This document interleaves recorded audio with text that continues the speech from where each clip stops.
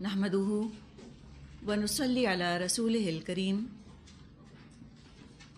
اما بعد فاعوذ باللہ من الشیطان الرجیم بسم اللہ الرحمن الرحیم رب اشرح لی صدری ویسر لی امری واحلل عقدۃ من لسانی یفقہوا قولی۔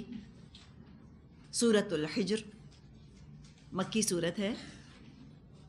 حجر قوم سمود کے مرکزی شہر کا نام تھا، کیونکہ آگے سورت میں انشاءاللہ تعالی ان کا ذکر آئے گا۔ کذب اصحاب الحجر المرسلین، تو لہٰذا وہاں سے یہ نام لیا ہے اور اس سورت کا نام سورۃ الحجر رکھا گیا ہے۔ 6 اس میں رکوع ہیں اور 99 آیات ہیں۔ شروع ہوتی ہے بسم اللہ الرحمن الرحیم، الف لام را تلک آیات الکتاب وقرآن مبین۔ الف لام را، یہ آیات ہیں کتاب الہی اور قرآن مبین کی۔ کئی صورتوں کا ہم نے یہ انداز دیکھا ہے۔ شروع میں کچھ قرآن کا ذکر آتا ہے، ایسا محسوس ہوتا ہے جیسے کہ اناؤنسمنٹ کیا جا رہا ہے، اعلان کیا جا رہا ہے کہ یہ قرآن نازل ہونا شروع ہو گیا، آ گیا ہے قرآن، یہ اللہ کی طرف سے کتاب آ گئی۔ بعض دفعہ ایسی ایک فیلنگ آتی ہے، کیفیت آتی ہے جیسے کہ بہت ہی کسی کو انتظار تھا اور بالآخر وہ انتظار پورا ہوا، اور جس چیز کا انتظار تھا وہ چیز آ گئی۔ اور حقیقت ہے کہ بہت سے لوگ آخری نبی کے انتظار میں تھے۔ اہل کتاب کے پاس پیشن گوئیاں، پریڈکشنز موجود تھیں، اور وہ منتظر تھے کہ اب اللہ کا آخری رسول، اللہ کا آخری نبی آنے والا ہے۔ تو آخری رسول آ گیا اور اپنے ساتھ قرآن جیسی نعمت بھی وہ لے کر آ گئے۔ اور یہ تو ایسی نعمت ہے، قرآن کی نعمت، اللہ کی کتاب، کہ ہر شخص کو چاہیے کہ اس پہ تو خوشیاں منائے۔ ہم نے پڑھا تھا سورہ یونس میں فَبِذَالِكَ فَلْيَفْرَحُوا، تو ان کو چاہیے کہ اس پر خوشیاں منائیں، خوش ہو جائیں، اللہ کی رحمت کا نزول ہو رہا ہے۔ اب آ گئی ہے یہ کتاب، مبین ہے، بالکل واضح ہے، کلیئر ہے، کوئی ایمبیگوٹی نہیں ہے حلال اور حرام کے معاملوں میں۔ نیکی اور بدی کو کھول کے جدا جدا کر کے اس قرآن نے بیان کر دیا۔ بالکل یہ قرآن مبین ہے، دنیا میں رحمت بن کر نازل ہوا ہے۔ دنیا اور آخرت کی مشکلات اور پریشانیاں اس سے دور ہوں گی۔ مضمون واضح ہے اس کا، اس کے مشوروں اور اس کے احکامات کو سمجھنا ذرا بھی مشکل نہیں۔ کیسا انسان اللہ کو پسند ہے، کیسا معاشرہ اللہ کو پسند ہے، سب کچھ اس میں صاف صاف لکھا ہوا ہے۔ کیسا انسان جو ہے وہ مفید ہوگا لوگوں کے لیے، پرامن معاشرہ کس طرح بنے گا، تمام احکامات، ہدایات موجود ہیں اور بالکل کلیئر ہیں، کوئی الجھاؤ نہیں۔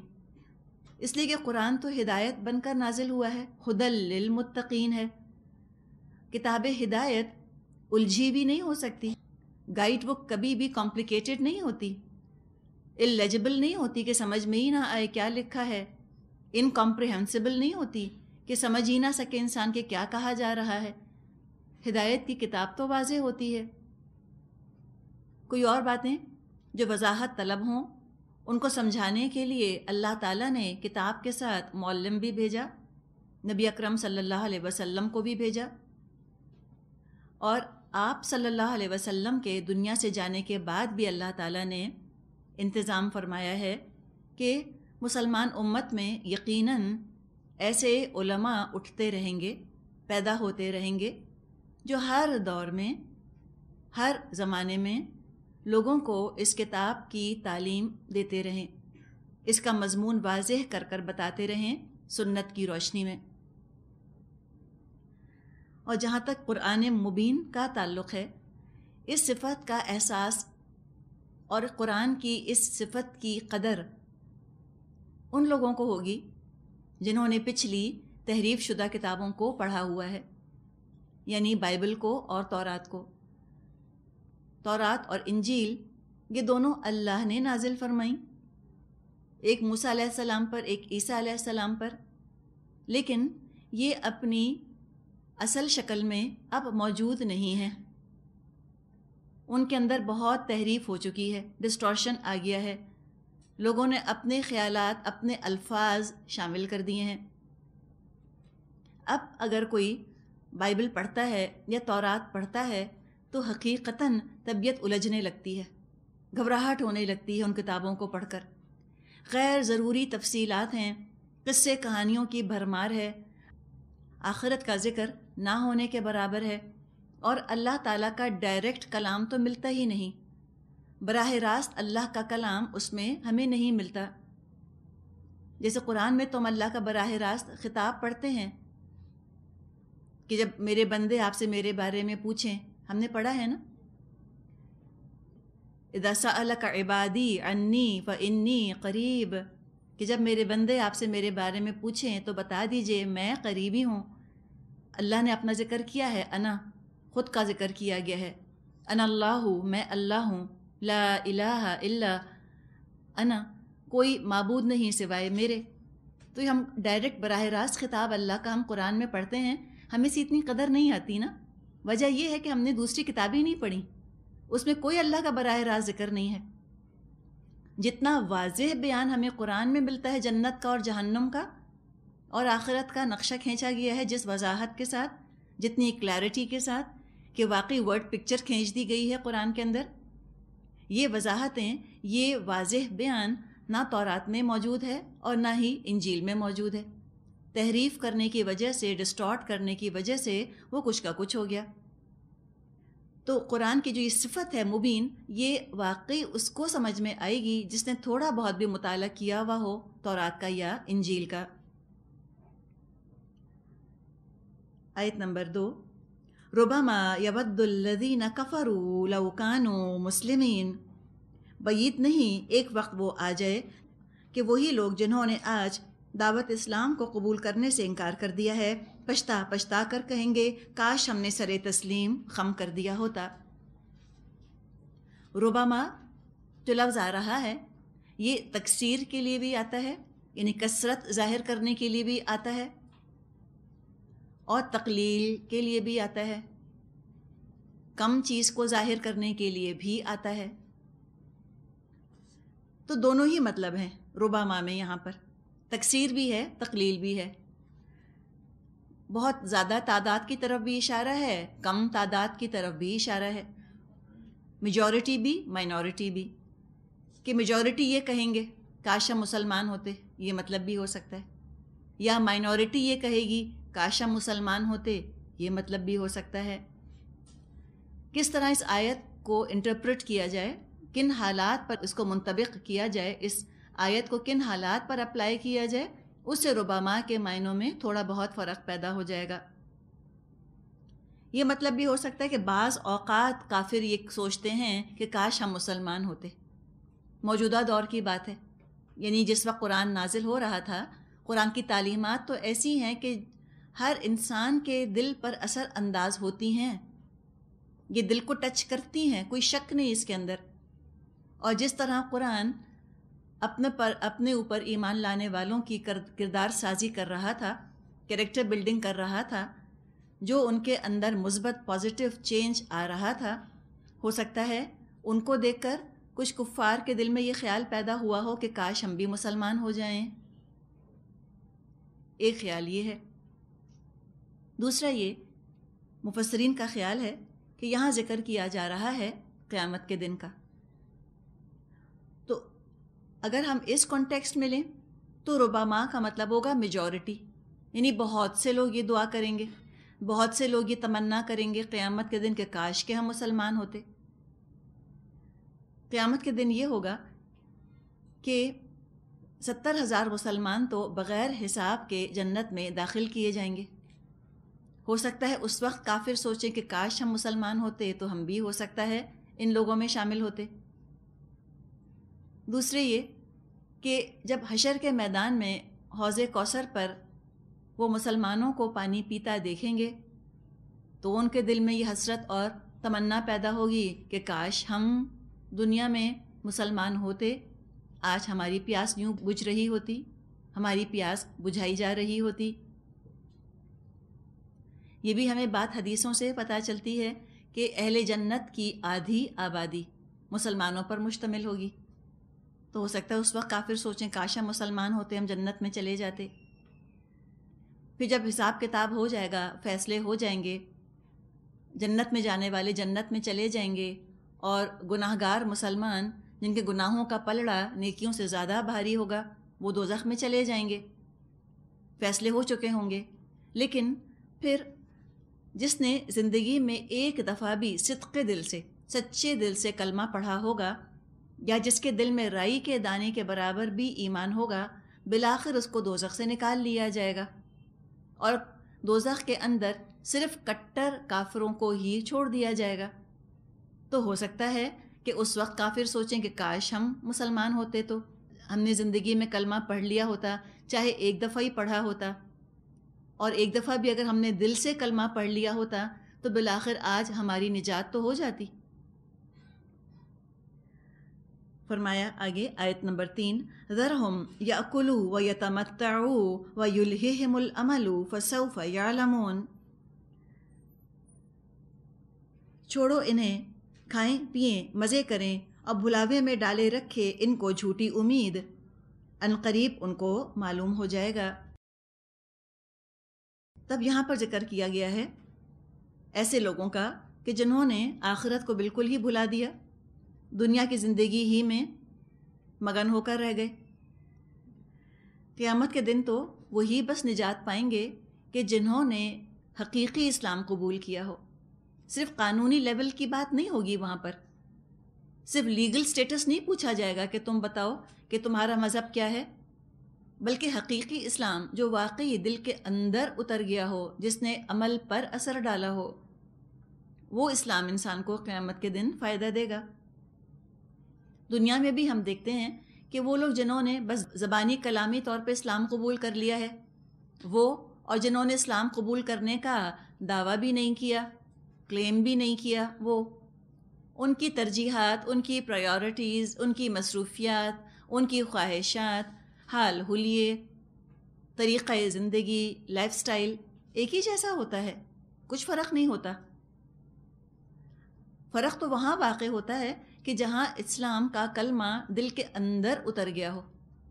جو حقیقی مومن ہوتے ہیں، ہاں ان کی ترجیحات بہت مختلف ہوتی ہیں، ان کا طریقہ زندگی بہت مختلف ہوتا ہے، ورنہ اگر اسلام دل میں نہیں اترا، دل کے اندر کفر ہے، نفاق ہے، شرک ہے، حب جاہ ہے، اور دولت کی محبت، دنیا کی محبت اگر بسی ہوئی ہے تو وہ تو اندر تو کفر ہی کفر ہے، خالی کلمہ پڑھ لینے سے تو کوئی تبدیلی نہیں آ جاتی۔ تو ان کا ذکر ہے کہ ایسے لوگ جو کہ واقعی ایمان نہیں لائے، ان کو چھوڑیے، وہ کھائیں اور پئیں اور فائدہ اٹھائیں اور لمبی لمبی آرزویں باندھے رہیں۔ یہ مصروفیات، یہ پرائیورٹیز، یہ سوچنے کا انداز بتایا جا رہا ہے کافروں کا، جن کو قیامت پر کوئی یقین نہیں۔ کھانے پینے کو اصل مقصد بنا لیا، اصل مشغلہ بنا دیا، پرپس آف لائف بن گیا ان کا۔ عیش و عشرت کے سامان میں اور محفلوں میں یہ گم ہو کر رہ گئے۔ زندگی کا ایک ہی مقصد ہے ان کے سامنے، اور وہ ہے ٹو انجوائے۔ بس زندگی کو انجوائے کرو، انجوائمنٹ کا ان کو شوق ہے، اس سے اعلیٰ تر کوئی اور مقصد انہوں نے اپنے سامنے رکھا ہی نہیں۔ ایسے زندہ ہیں جیسے کہ اور باقی مخلوقات زندہ ہیں، یہ انسانیت کے لیول پر زندگیاں نہیں گزار رہے، بس کھاتے ہیں اور پیتے ہیں، اور اسی طرح کھاتے پیتے ہیں جیسے کہ جانور کھاتے پیتے ہیں۔ جانور جب کھاتا ہے اسے کوئی مطلب نہیں کہ وہ حرام ہے یا حلال۔ نہ کھاتے ہوئے جانور یہ دیکھتا ہے کہ اپنا ہی حصہ کھا رہا ہوں یا کسی اور کا حصہ بھی میں نے مار لیا۔ نہ ہی کھانا کھاتے ہوئے جانور کو یہ خیال ہوتا ہے کہ مجھ کو اس نعمت کا ایک دن حساب دینا ہے اللہ کو جا کر۔ نہ وہ کھانا شروع کرنے سے پہلے اللہ کا نام لیتا ہے۔ جتنی بھوک ہوتی ہے اتنا کھاتا ہے، جو ہی پیٹ بھرتا ہے منہ موڑ کر چلا جاتا ہے۔ کتنا بچا کتنا ضائع ہوا جانور کو اس سے کوئی مطلب نہیں۔ اب اگر انسانوں کا بھی حال یہی ہو جائے، اللہ کا نام لیے بغیر کھائیں، جو ہی پیٹ بھر جائے سارا باقی کھانا چھوڑ دیں، باقی کھانا ضائع کر دیں، حرام حلال کی تمیز اٹھا دیں، کسی کا حق مارتے ہوئے ان کو ذرا خوف خدا نہ ہو، کھانے کو نعمت نہ سمجھیں، اللہ کے آگے حساب دینے کا ان کو اگر احساس نہ ہو، تو ایسے انسان تو پھر یوں سمجھیں کہ جانوروں ہی کی طرح کھا پی رہے ہیں۔ اصل تو ہونا یہ چاہیے کہ ایٹ ٹو لیو، زندہ رہنے کے لیے کھاؤ، ڈونٹ لیو ٹو ایٹ، کھانے کے لیے زندہ مت رہو۔ مومن بھی کھاتا ہے، مومن کا مقصد نہیں ہے کھانا، کھانے کے لیے زندہ نہیں ہے، زندہ رہنے کے لیے کھاتا ہے، کھانا اس کی ضرورت ہے، جبکہ کافر کا مقصد ہی ہوتا ہے۔ غیر مسلم تو روزہ رکھنے کا تصور تک نہیں کر سکتے۔ حیرت ہوتی ہے مسلمانوں کو دیکھ کر کہ تم لوگ کیسے آخر 29 دن یا 30 دن تم اس طرح صبح سے شام تم کیسے بھوکے پیاسے رہ لیتے ہو، امیجن نہیں کر سکتے۔ اور نہ ہی کھانا ان کو کوئی احساس ذمہ داری دلاتا ہے کہ یہ بھی بڑی نعمت ہے جو تم کو دی جا رہی ہے، اس کے بارے میں اللہ تم سے پوچھے گا۔ نبی اکرم صلی اللہ علیہ وسلم کا واقعہ آتا ہے کہ ایک دفعہ آپ 3 دن سے بھوکے تھے، ایک صحابی کے باغ میں گئے، وہاں انہوں نے گوشت اور روٹی آپ کے سامنے پیش کی۔ آپ صلی اللہ علیہ وسلم نے اپنے ساتھیوں سے فرمایا، یہ وہ نعمتیں ہیں جن کے بارے میں اللہ کے ہاں پوچھ ہوگی۔ 3 دن کے بعد کھا رہے ہیں، تب بھی کہا کہ اس کے بارے میں بھی ہم کو اللہ کو جواب دینا ہوگا۔ طریقہ یہ ہوتا ہے کہ انسان جب کھانا شروع کرے تو بسم اللہ پڑھ کر اطمینان کے ساتھ ختم کرے تو دعا پڑھے، الحمد للہ الذی اطعمنا وسقانا وجعلنا من المسلمین۔ مومن کھانے کو نعمت سمجھتا ہے اور ہر نعمت ذمہ داری ہوتی ہے، اور نعمت ضائع کرنے والی چیز نہیں ہے۔ ہمیں تو حدیث میں یہ بھی سکھایا گیا ہے کہ اگر لقمہ نیچے گر بھی جائے اٹھا کر کھا لو، یعنی کوئی ڈرائی چیز ہے وہ نیچے گر گئی، اٹھا کر ذرا سا جھاڑ کر کھا لیں، یا کوئی ایسی چیز ہے جس کو دھو کر پھر استعمال کیا جا سکتا ہے، دھو کر استعمال کر لیا جائے۔ ہاں اگر کوئی بہت ہی کوئی ایکسٹریم صورتحال ایسی پیش آ گئی ہے کہ مٹی میں کوئی چیز ہے جو لت پت ہو گئی ہے، مثال کے طور پہ سالن گر گیا ہے یا کوئی چیز ایسی گر گئی جو مٹی میں مل گئی، ظاہری بات ہے وہ تو نہیں کھائی جا سکتی، ضائع ہو گئی وہ تو، لیکن حتی الامکان کوشش کرنی چاہیے کہ کھانا کسی طرح پھکے نہ، ضائع نہ ہو۔ اگر کھانا باسی ہو جائے انسان چڑیوں کو کھلا دے، جانوروں کو کھلا دے۔ اس طرح مسلمانوں کے ہاں تو کوئی تصور نہیں تھا کہ کھانا ڈسٹ بن میں پھینکا جا سکتا ہے، کھانا اس طرح کچرے کی بالٹیوں میں ڈالا جا سکتا ہے اور وہ اور دوسری گندگی کے ساتھ رل مل جائے، کوئی تصور نہیں تھا۔ کھانے کی نہایت عزت کی جاتی تھی اسلام میں، بہت خیال رکھا جاتا تھا غذا کا، اور یوں اٹھا کر کھانا پھینک دینا ذرا ذرا سی چیز میں، کہ اگر سیب تھوڑا سا خراب ہے تو پھینک دیا، آدھا سیب کھایا آدھا ڈسٹ بن میں چلا گیا، اگر بسکٹ کا ڈبہ کھولا اور زور سے کھولا، بسکٹ نیچے گر گئے، سارے اٹھائے جھاڑو سے اٹھا کے سب ڈسٹ بن کے اندر پھینک دیے۔ یہ طریقہ نہیں ہوا کرتا مسلمانوں کا، بلکہ رزق کی قدر ہوتی ہے۔ کھانا پھینکنا اور کھانا ضائع کرنا یہ کفار کا طریقہ ہے۔ بزنس ریکارڈر میں ایک مضمون آیا تھا 24 دسمبر سن 99 میں 1999 میں، اس زمانے میں امریکہ کے پریزیڈنٹ تھے کلنٹن، ان کی ایک تقریر کا ذکر تھا جس میں انہوں نے کہا تھا کہ امریکہ میں ہر سال 96 بلین پاؤنڈ کھانا پھکتا ہے، اور یہ کھانا اتنا ہے کہ ساری دنیا کے بھوکوں کو کھلانے کے لیے کافی ہے۔ اتنا کھانا صرف جو ہے وہ ڈسٹ بنس کے اندر چلا جاتا ہے۔ اسلام اس چیز کو بالکل پسند نہیں کرتا، تو ہمیں بھی اپنے گھروں کے اندر بہت دھیان رکھنا چاہیے کہ چیز کسی کے پیٹ میں چلی جائے، پھکے نہ، ضائع نہ ہو۔ اسی طرح کھانے کے آداب میں یہ بات ہے کہ انسان 1/3 پیٹ کھانا کھائے، 1/3 پیٹ پانی پیے، 1/3 پیٹ کو خالی چھوڑ دے۔ یہ بہترین ڈائٹ کا طریقہ ہے۔ بہت زیادہ کھانا اور بے تحاشا پیٹ بھر بھر کر کھانا یہ صحت کے لیے نقصان دہ ہے، اور اس میں انسان کاہلی بھی محسوس کرتا ہے، سستی بھی محسوس کرتا ہے. پھر طہارت کے مسائل بھی کھڑے ہو جاتے ہیں، وضو نہیں برقرار رہتا، جسمانی بیماریاں بھی ہو جاتی ہیں، کچھ روحانی بیماریاں بھی بہت زیادہ پیٹ بھر کر کھانے سے پیدا ہو جاتی ہیں. دوسرے مذاہب میں گلٹنی، آپ سمجھتے ہیں نا، گلٹنی بہت زیادہ کھانا ان کے ہاں کبیرہ گناہوں میں شمار کیا جاتا تھا. اسلام نے اتنی سختی تو نہیں کی، لیکن بہرحال پسند نہیں کیا بہت زیادہ کھانے کو. آپ محسوس کرتی ہوں گی کہ رمضان میں انسان زیادہ انرجیٹک ہو جاتا ہے، چاق و چوبند ہو جاتا ہے نا. وجہ یہ ہے کہ ہم بڑا کنٹرول کھا رہے ہوتے ہیں، کم کھا رہے ہوتے ہیں. جو ہمارے معاشرے کے اندر تصور ہے کہ جتنا زیادہ کھاؤ گے اتنے صحت مند رہو گے، یہ تصور درست نہیں ہے. کھائے انسان، ضرور کھائے، صحت مند چیز کھائے، ہیلدی غذا کھائے، اور کوانٹٹی اس کی ذرا ناپ تول کر کھائے، بے تحاشا نہ کھائے. تو یہاں فرمایا کہ ان کو چھوڑو، وہ تو بس کھا رہے ہیں، پی رہے ہیں، فائدہ اٹھا رہے ہیں. اور وَيُلْهِهِمُ الْأَمَلُ، ان کو غفلت میں ڈال دیا ہے ان کی لمبی لمبی آرزوؤں نے. کافر چونکہ آخرت کے بارے میں فکر مند ہوتا ہی نہیں، ساری تمنائیں، ساری امیدیں، ساری پلاننگز، ساری سوچ کا محور مرکز دنیا ہوتی ہے. آج یہ کر لوں، کل یہ، پرسوں، 10 سال بعد، 20 سال بعد، بس دنیا ہی دنیا سوچتا رہتا ہے اور آخرت سے بالکل ہی بے فکر ہو جاتا ہے. حالانکہ اگر دیکھا جائے تو آخرت کی فکر خود بڑی نعمت ہے. آخرت کی فکر انسان کو دنیا سے بے فکر کر دیتی ہے. ایک بڑی فکر جب سامنے آ جاتی ہے تو چھوٹی فکر کرنے کا ٹائم نہیں ہوتا، یا وہ چیز اتنی اہم نہیں لگ رہی ہوتی. انسان سوچتا ہے ٹیمپرری تو ہے، ویسی عارضی تو ہے، آج ہے اور کل نہیں ہوگی.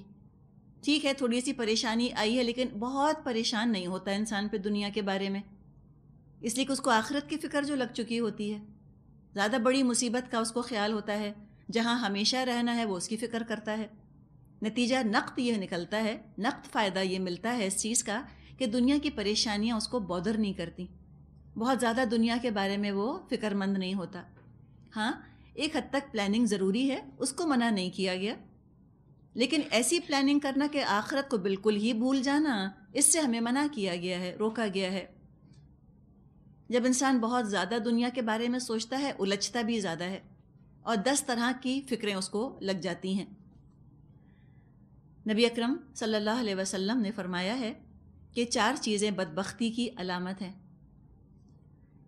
آنکھوں سے آنسو جاری نہ ہونا، یعنی اپنے گناہوں اور غفلتوں پر شرمندہ ہو کر نہ رونا، یہ بدبختی کی علامت ہے، ریچڈنس کی. اور سخت دل ہونا، یعنی کسی کی تکلیف دیکھ کر دل نرم ہی نہ پڑے، یہ بھی بدبختی کی علامت ہے، ریچڈ ہیں ایسے لوگ. اور طول عمل، طول کہتے ہیں لمبا کرنے کو، عمل امید، یعنی مستقبل کے بارے میں لمبے لمبے پلانز بنانا اور صرف دنیا ہی کی باتیں کرتے رہنا، یہ بھی بدبختی کی علامت ہے. اور دنیا کی ہرس، دنیا کی لالچ، اور آ جائے گریڈ.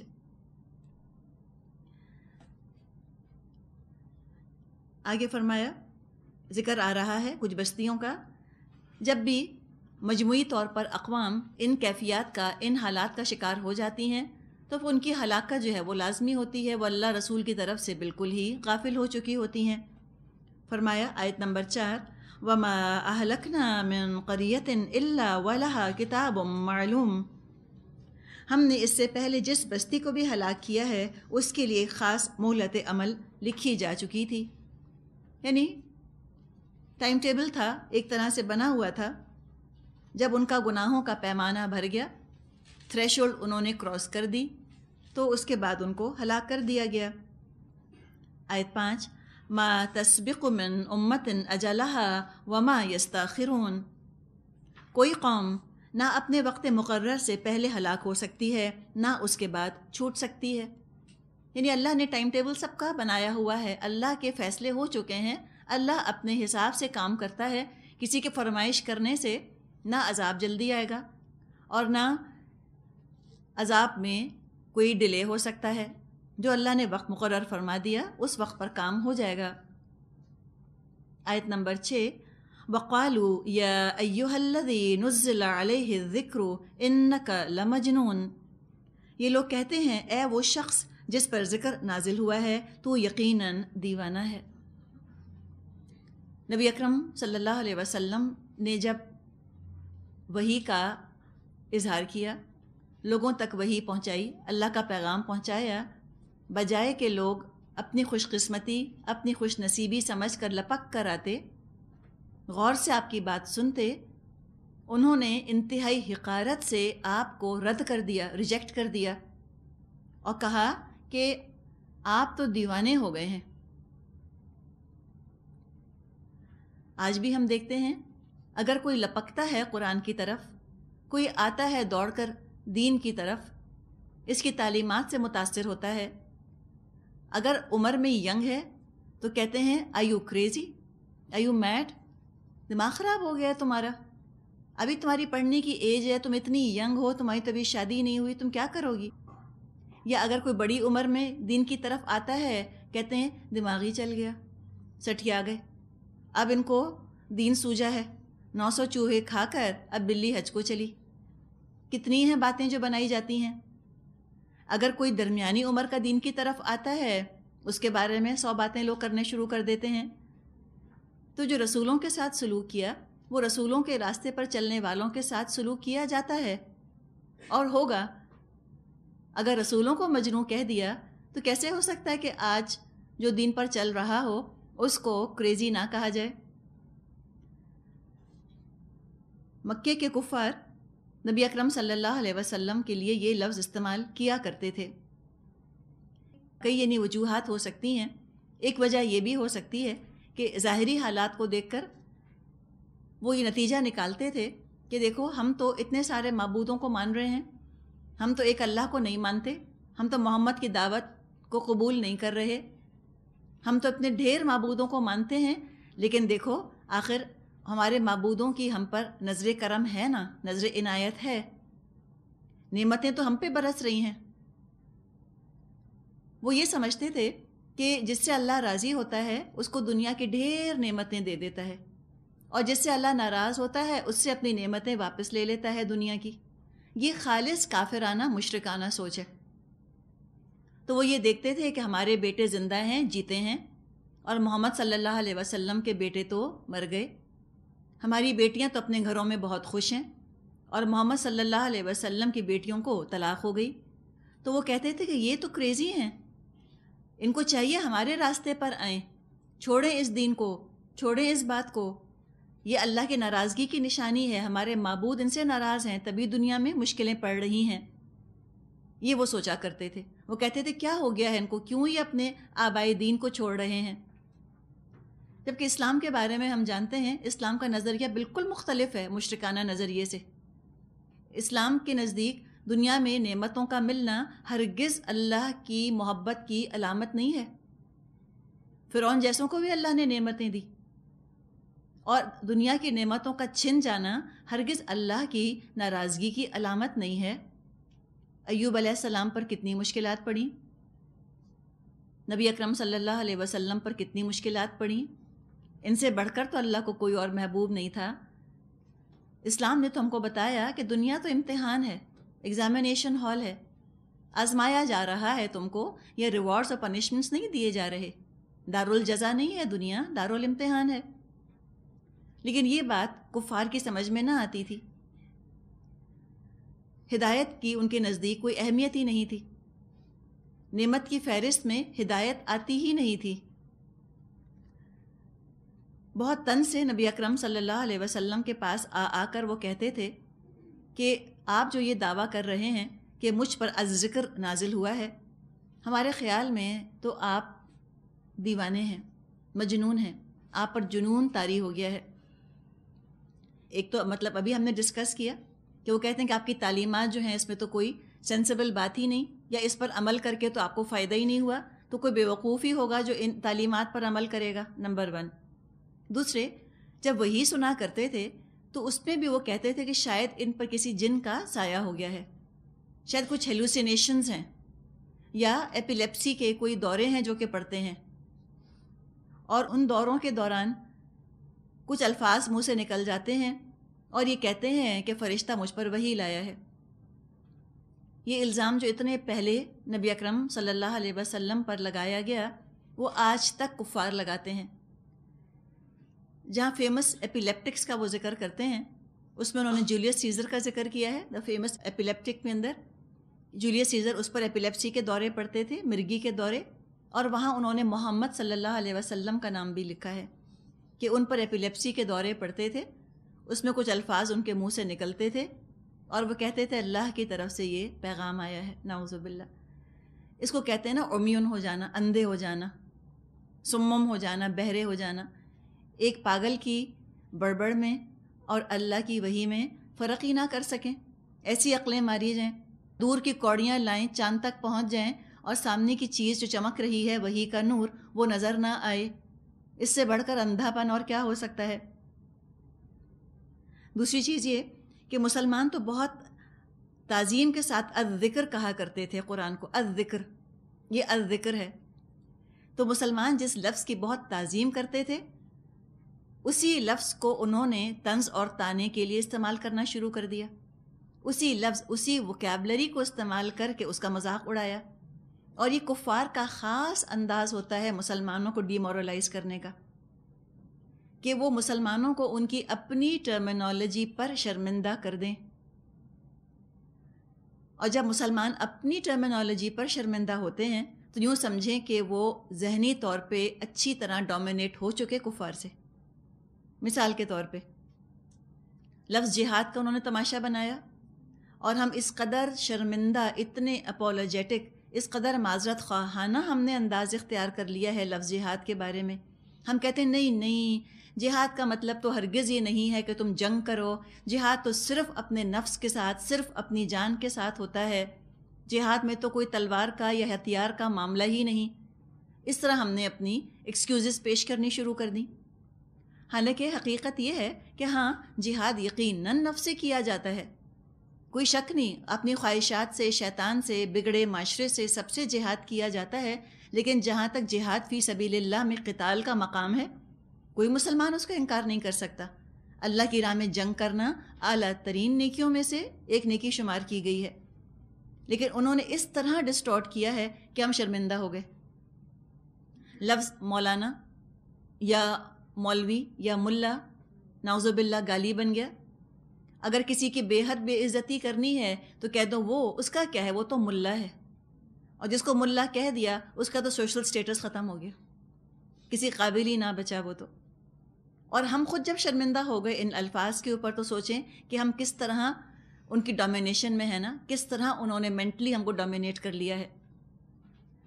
تو یہ مسلمانوں کو ڈی مورلائز کرنے کا بڑا افیکٹو طریقہ ہے جو کفار نے اختیار کیا. پہلے بھی کیا کہ کہا کہ جس پر الذکر نازل ہو رہا ہے ہمارے خیال میں وہ تو پاگل ہے. جو مسلمانوں کے لیے اہم ترین، معزز ترین چیزیں تھیں، قرآن اور رسول، ان دونوں پر انہوں نے حملہ کیا. اور آج بھی ہم دیکھ رہے ہیں ان کے بڑے بڑے پریسٹ، ان کے بڑے بڑے پادری، ان کے پوپس اسی طرح کی حرکتیں انہی اوچھے ہتھیاروں پر آج بھی تلے ہوئے ہیں، آمادہ ہیں. ایک اور لفظ ڈسکس کیا جاتا ہے الذکر کے ضمن میں. یہ بھی تو کہا جا سکتا تھا نا کہ نزل علیہ القرآن، کہ جس پر قرآن نازل کیا گیا ہے ہم سمجھتے ہیں کہ وہ مجنون ہے. ہم دیکھ رہے ہیں کہ لفظ قرآن نہیں آیا یہاں پر بلکہ الذکر آیا ہے.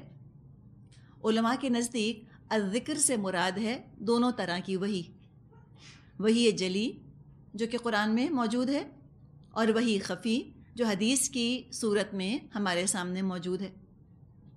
یہ دونوں وحی کی اقسام مل کر الذکر بنتی ہیں، قرآن بھی اور حدیث بھی، دونوں چیزیں.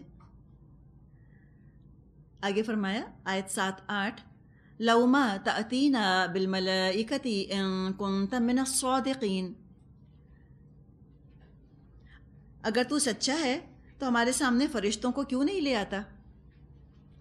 جواب دیا گیا مَا نُنَزِّلُ الْمَلَائِكَةَ إِلَّا بِالْحَقِّ وَمَا كَانُوا إِذًا مُنذَرِينَ، وہ جب اترتے ہیں تو حق کے ساتھ اترتے ہیں اور پھر لوگوں کو مہلت نہیں دی جاتی.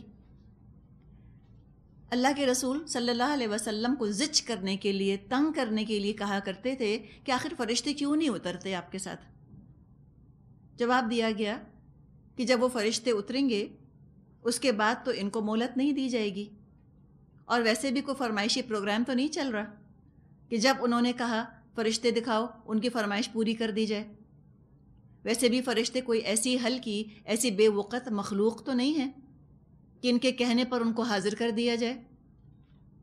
جیسے انگلش میں ہم کہتے ہیں کہ ایوری ٹام ڈک اینڈ ہیری کے کہنے پر جس کا جی چاہا اس نے فرمائش کی اور فرشتے نازل ہو گئے، ایسے نہیں ہو سکتا۔ بڑی باعزت مخلوق ہیں، بڑی باوقار ہستیاں ہیں۔ جہاں تک اس فرمائش کا تعلق ہے فرشتوں کو دیکھنے کا، ہاں دیکھیں گے ضرور، لیکن کب دیکھیں گے؟ حق کے ساتھ دیکھیں گے، اور اس وقت کا دیکھنا ان کو فائدہ نہ دے گا۔ فرشتے ان کو نظر آئیں گے ان کی موت کے وقت، جب ان کی جان لینے کے لیے آئیں گے، تب کتنا بھی چیخ پکار کریں، توبہ استغفار کریں، ایک دفعہ موت کا دروازہ کھل گیا، اب توبہ استغفار قبول بھی نہیں ہوگا، تو کیا فائدہ ہوگا ان کا اس وقت فرشتوں کو دیکھ لینے کا؟ پھر فرشتے عذاب لے کر اترتے ہیں، تب بھی کوئی فائدہ نہ ہوگا ان کے لیے فرشتوں کا آنا، اور قیامت کے دن تو پھر یہ فرشتوں کو دیکھیں گے ہی۔ تو فرمایا کہ ان کو پھر مہلت جو ہے وہ نہیں دی جائے گی۔ آیت نمبر 9، اِنَّا نَحْنُ نَزَّلْنَا الذِّكْرَ وَإِنَّا لَهُ لَحَافِظُونَ، رہا یہ ذکر تو اس کو ہم نے نازل کیا ہے اور ہم خود اس کے نگہبان ہیں۔ یہ فرق ہے قرآن میں اور پچھلی کتابوں کے اندر۔ سورہ مائدہ میں ہم نے مضمون پڑھا تھا کہ تورات اور انجیل کی حفاظت کا ذمہ ان کے علماء کے حوالے کیا گیا تھا۔ ان کے علماء کے حوالے یہ ذمہ داری کی گئی تھی کہ وہ تورات کی اور انجیل کی حفاظت کریں گے۔ وہ حفاظت نہ کر پائے، ان دونوں کتابوں کے اندر تحریف ہو گئی۔ قرآن کا جہاں تک تعلق ہے، نبی اکرم صلی اللہ علیہ وسلم پر یہ نازل ہوا، آپ اللہ کے آخری نبی، آخری رسول تھے، اور قرآن اللہ کی طرف سے نازل ہونے والی آخری کتاب تھی۔ اس کے بعد کوئی دوسری کتاب آنی نہیں تھی، کوئی دوسرا رسول آنا نہیں تھا جو اس کے اندر کی ہوئی تحریفات کی نشاندہی کر سکتا۔ تورات اور انجیل میں جو تحریفات ہوئیں، نبی اکرم صلی اللہ علیہ وسلم نے قرآن کے ذریعے سے ان کے بارے میں ہم کو آگاہ کر دیا، لوگوں کو بتا دیا۔ اگر قرآن میں تحریف ہو جاتی تو کون آ کر بتاتا؟ پتہ ہی نہ چلتا، کتنی خرابی اس کے اندر آ گئی۔ لہٰذا اللہ تعالیٰ نے اس کی ذمہ داری اپنے اوپر لی۔ باقی جتنے کام اور ہم پڑھتے ہیں قرآن میں، انصاف قائم کرنا، امر بالمعروف کرنا، نہی عن المنکر کرنا، اور بھلائی کی طرف دعوت دینا، تبلیغ کرنا، یہ ساری ذمہ داریاں اللہ نے مسلمانوں پر ڈال دی ہیں۔ لیکن قرآن کی حفاظت کی ذمہ داری اللہ نے خود لی ہے، یہ ذمہ داری کسی کے سپرد نہیں کی۔ اور تاریخ میں کئی واقعات ہمیں ملتے ہیں جس سے ہمیں پتہ چلتا ہے کہ قرآن جو ہے ان چینجڈ ورڈ آف اللہ ہے، اللہ کا کلام جس میں قطعاً کسی قسم کی کوئی تحریف نہیں ہوئی۔ امام قرطبی رحمۃ اللہ علیہ نے ایک واقعہ لکھا ہے اس آیت کی تفسیر میں، اور یہ واقعہ لکھا ہے انہوں نے مامون الرشید کے زمانے کا، کہ اس کے دور میں ہر طرح کے اہل علم آیا کرتے تھے۔ ایک یہودی عالم بھی آیا، بہت باوقار، بڑا عقل مند لگ رہا تھا، اعلیٰ درجے کا عالم معلوم ہوتا تھا، تو مامون نے اس کو اسلام کی دعوت دی، لیکن وہ یہ کہہ کر واپس چلا گیا کہ میں اپنے آباء و اجداد کا دین نہیں چھوڑنا چاہتا۔ بات آئی گئی ہو گئی۔ کچھ عرصے کے بعد وہی شخص واپس آیا دربار میں، اور جب واپس آیا تو مسلمان ہو چکا تھا، مسلمان ہو کر آیا۔ اس سے پوچھا گیا کہ بتاؤ کیا وجہ ہوئی، کس وجہ سے تم نے اسلام قبول کیا؟ تو اس نے کہا کہ جب میں یہاں دربار سے لوٹا تو میں نے موجودہ مذاہب کی تحقیق کرنے کا ارادہ کیا، ریسرچ کرنے کا میں نے ارادہ کیا، اور اس نے کہا کہ میں بہت اچھا خطاط ہوں، کیلیگرافر ہوں۔ میں نے تورات کے 2-3 بہت خوبصورت نسخے لکھے اپنے ہاتھ سے، اور جب میں نسخے لکھ رہا تھا تورات کے تو کہیں کہیں میں نے تحریف کر دی، کچھ آیتیں چھوڑ دیں، کچھ چیزوں کو بدل دیا، اور پھر میں تورات کے نسخے لے کر سیناگوگز وغیرہ میں گیا۔ یہودیوں کے علماء نے بہت خوشی خوشی مجھ سے ان نسخوں کو خرید لیا۔ اسی طرح بائبل کے کچھ نسخے اس نے ہاتھ سے لکھ کے خوبصورت، اس میں بھی رد و بدل کر دیا، چینج کر دیا۔ پھر وہ چرچز میں گیا، وہاں جو پریسٹ وغیرہ تھے ان کے سامنے ان نسخوں کو پیش کیا، انہوں نے بہت خوشی خوشی ان نسخوں کو لے لیا بائبل کے۔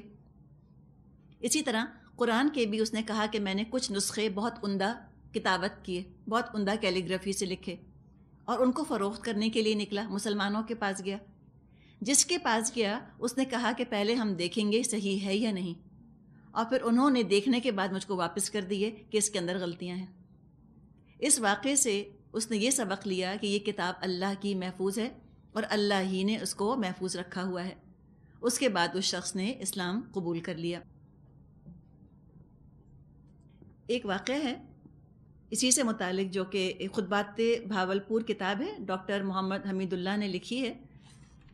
اس میں حفاظت قرآن ہی کے ضمن میں ذکر کرتے ہیں۔ یہ کہتے ہیں کہ کچھ عرصے پہلے کا ذکر ہے، جرمنی کے عیسائی پادریوں نے یہ سوچا کہ عیسیٰ علیہ السلام کے زمانے میں آرامک زبان میں جو انجیل تھی وہ تو اب دنیا میں موجود نہیں۔ اس وقت قدیم ترین انجیل یونانی زبان میں ہے، یعنی اس وقت جو سب سے پرانا نسخہ ہے انجیل کا وہ گریک لینگویج میں ہے، اور یونانی ہی سے ساری زبانوں میں اس کے ترجمے ہوتے ہیں۔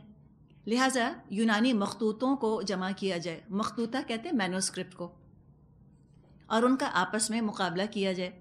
چنانچہ یونانی زبان میں انجیل کے نسخے جتنے دنیا میں پائے جاتے تھے، کامل ہوں یا جزوی یعنی کمپلیٹ ہوں یا پارشل ہوں، ان سب کو جمع کیا گیا اور ان کے ایک ایک لفظ کا باہم مقابلہ یعنی کولیشن کیا گیا۔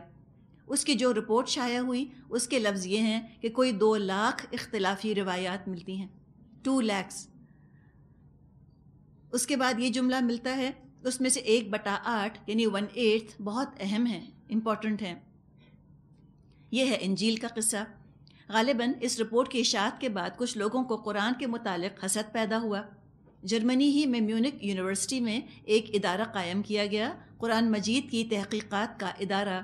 اس کا مقصد یہ تھا کہ ساری دنیا سے قرآن مجید کے قدیم ترین دستیاب نسخے خرید کر، فوٹو لے کر، جس طرح بھی ممکن ہو جمع کیے جائیں۔ جمع کرنے کا یہ سلسلہ 3 نسلوں تک جاری رہا۔ آپ کو پتہ ہے نا، وہ کوئی کام ہاف ہارٹیڈ تو کرتے نہیں، 2-4 سال کا تو کام کرتے نہیں، وہ تو سالوں پر ان کی سٹڈیز جو ہیں وہ جاتی ہیں۔ تو 3 جنریشنز تک وہ یہ کام کرتے رہے، تو سوچیں نا کہاں کہاں سے انہوں نے قرآن کے نسخے جمع کیے ہوں گے۔ پھر اپنے بارے میں کہتے ہیں کہ جب میں 1933 میں پیرس یونیورسٹی میں تھا تو اس کا تیسرا ڈائریکٹر پریٹزل پیرس آیا تاکہ پیرس کی پبلک لائبریری میں قرآن مجید کے جو قدیم نسخے پائے جاتے ہیں ان کی فوٹو حاصل کرے۔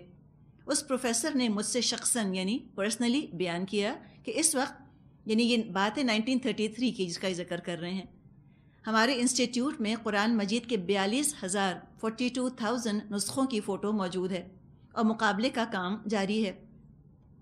دوسری جنگ عظیم میں اس ادارے کی عمارت پر ایک امریکی بم گرا اور عمارت، اس کا کتب خانہ اور عملہ سب کچھ برباد ہو گیا۔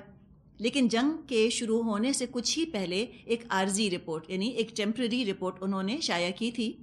اس رپورٹ کے الفاظ یہ ہیں کہ قرآن مجید کے نسخوں میں مقابلے کا جو کام ہم نے شروع کیا تھا وہ ابھی مکمل تو نہیں ہوا، لیکن اب تک جو نتیجہ نکلا ہے وہ یہ کہ ان نسخوں میں کہیں کہیں کتابت کی غلطیاں تو ملتی ہیں۔